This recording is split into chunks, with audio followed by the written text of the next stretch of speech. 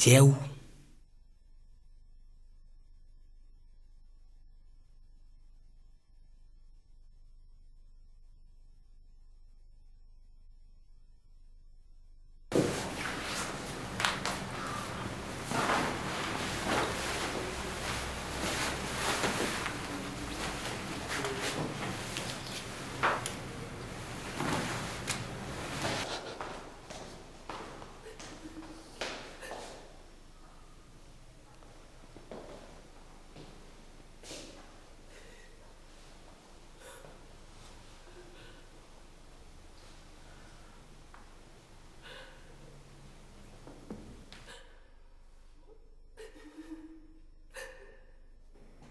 Oh, Wendy.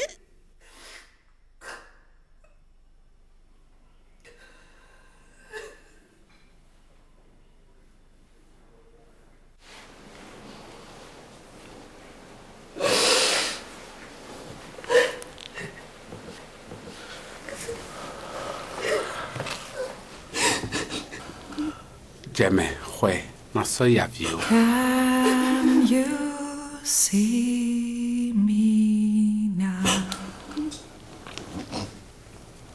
Can you? Will Et y a chité, on m'a plavé sur le côté. Can you hear me now? I want you to see me. I want you to hear me. Préfa, awe khoe oran na te do me debuji. Kaka je nyilodi. Aka tondo ndo sisi noe. E kasano diokmo. Adoma huwe na go alonwe. Azo kakare kaden mile wendia. Ahan na igboje. Bona no kwegbe no asan yoyodi. No ejeme no ekpede yo. Ana leko wa zome. No ndi wudo yo. Ahan na yolomi.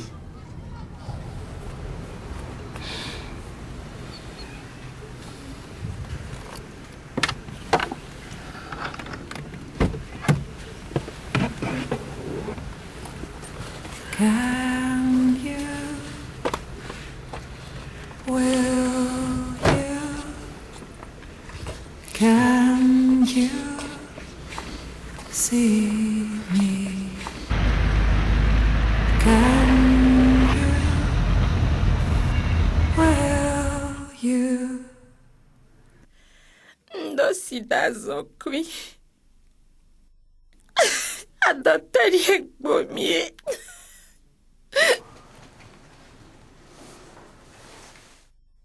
Arukwe akoro. No fiseche. Mekailo. Dadache. Edo emi ko je sida mansi emi ton lenu jibo eponte.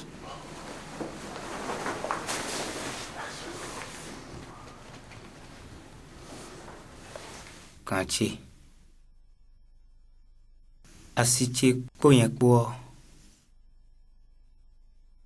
Mi da humi tonkon. Bo mi me wele bi.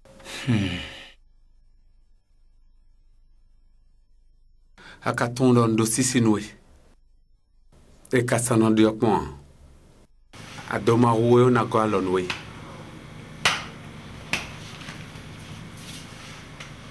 Allô Sophie? À fond.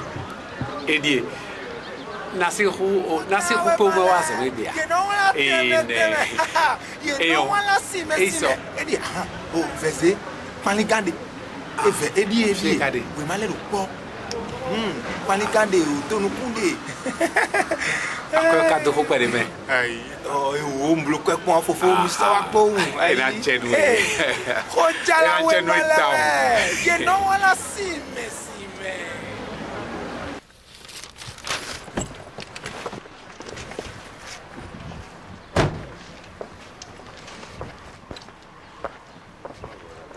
Mi fongandia. Nous quand zogbe mi to edo sida zonkwileo. To zogbeji. Bonu nuene tundo yewo medemanse o. Ni no mi tenti.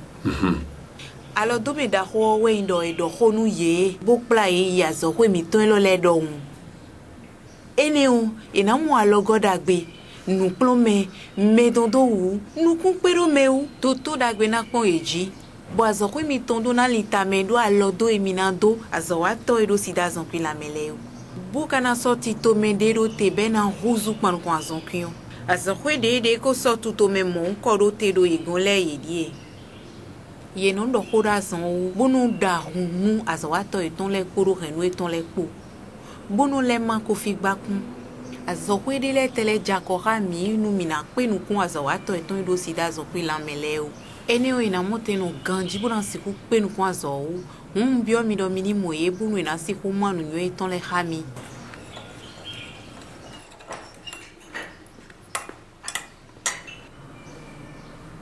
Bien. Nemi na blogon. Nye la nyi gbe na. Mi dona do tito me de bena huzu pan kwa zonkion.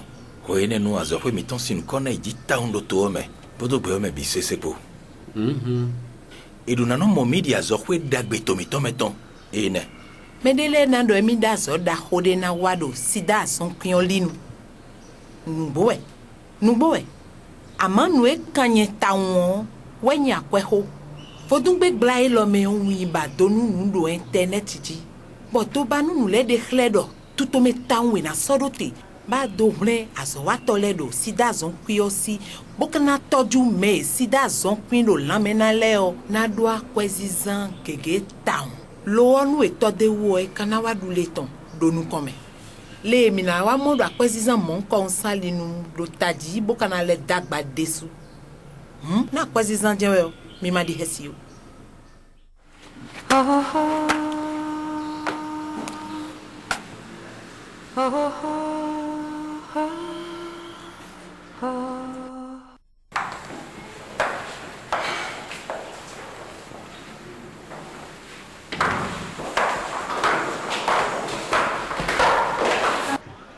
Ne ade bo kwe fa agboje ganji ya. No ganji Pauline, ne wi lo de bo. Quoi va faire? Pierre. Quoi ben lelo? Yero ganji. Et fond. Ganji. Eyon. Mi fond. A fond na we. A fond. Mi no fia. Ah, a fond. A quoi fa? Ne ade bon. Ah, bon, ganjo na mo we. Ah. Edi a moi. A jete un blow we mai lo do bonu mi. Bo se we mai lo do akwe ba hen ton mi.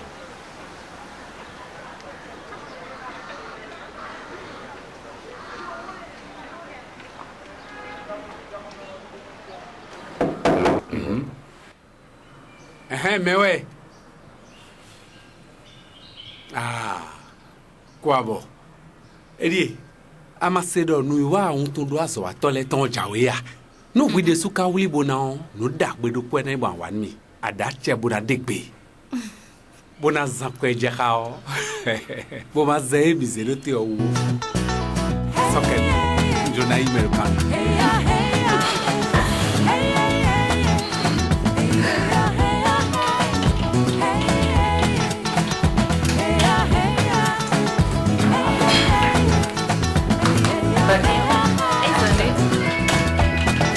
Eyon, e da ba. Ena che. Awan kaka.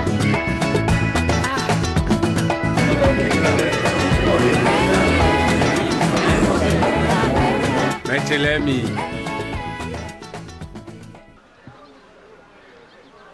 Mi tondo mi blople kege. A janvier wa ile me do le aso kwe mi tonamba. Nwele wi e na zan do bon. Sida zon linwe. Di aso kwe devole don do to mi tome. Poda logo mi tonpo. Mina sorto to me do podo te. Bena do khodo beto emiye. Beto alopa debu. Ene wo. Ndo nu ekpe bide. Bona mahami ni se amechelemi. Mewe bana yi. Akwe lole.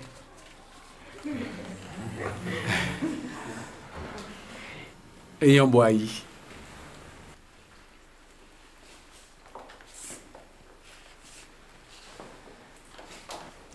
nuiwa to sɔgbe amo tsobo na sɔkɔ nuwe onjo na kandele biowe enyo akwailo eulo town anaya na yi elo yeo medede ndiji ekale vun anaijenwe ya eve wa elo yeo do khopede anaijenwe ya Igba pili ne abi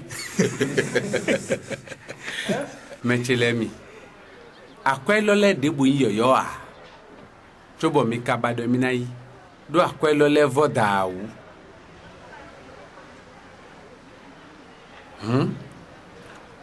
Minili mide. Boli pe mi ton.